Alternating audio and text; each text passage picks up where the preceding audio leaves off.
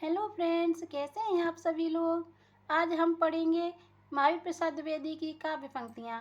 तो चलिए शुरू करते हैं। सुरम्य रूपो रस राज रजते, सुरम्य रूपो रस राज रचते, विचित्र वर्णाभरणे कहाँ गई। सुरम्य रूपो रस राज रजते, विचित्र वर्णाभरणे कहाँ गई। अलौकिकानंद विदायिनी महा, रवींद्र कांते कविते अहो कहाँ। अलौकिकानंद विदायिनी महा, रवींद्र क्रांते कविते अहो कहाँ। मांगल्य मूलमय वारिद वार वार वृष्टि, मांगल्य मूलमय वारिद वार वार वृष्टि। ये महावीर प्रसाद द्विवेदी की काव्य पंक्तियाँ हैं। आगे हैं।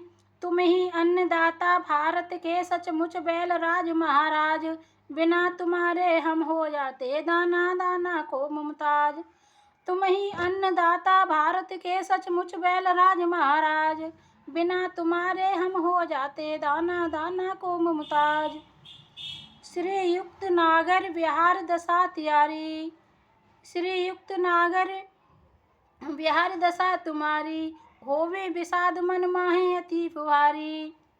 भैंस भवानी के तब सेवा लागे करन पड़वगा छूटे, भैंस भवानी के तब सेवा लागे करन पड़वगा छूटे। बटुअन दूध दुहा इनहा तन धारन कबहू दुहत मटूटे। बटुअन दूध दुहा इनहा तन धार न कबहू दुहत माटूटे। सारी प्रजा निपट दीन दुखी जहाँ, कर्तव्य क्या न कुछ भी तुमको वहाँ। सारी प्रजा निपट दीन दुखी जहाँ, कर्तव्य क्या न कुछ भी तुमको वहाँ। तो ये महावीर प्रसाद द्विवेदी की पंक्तियाँ थी। इसके पहले मैंने मैथिली षडगुप्त की पंक्तियाँ प्लेलिस्ट में लगा दी हैं। आधुनिक काल के भारतीय युग के कवियों की काव्य पंक्तियाँ मैंने प्लेलिस्ट में लगा दी हैं। आप लोग वहाँ जाके देख सकते हैं प्लेलिस्ट में।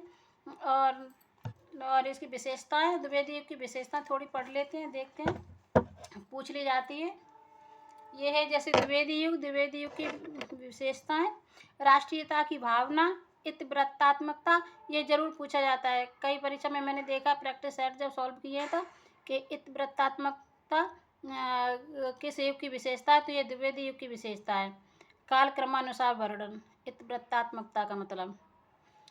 और नैतिकता एवं आदर्शवाद, काव्य रूप की विविधता,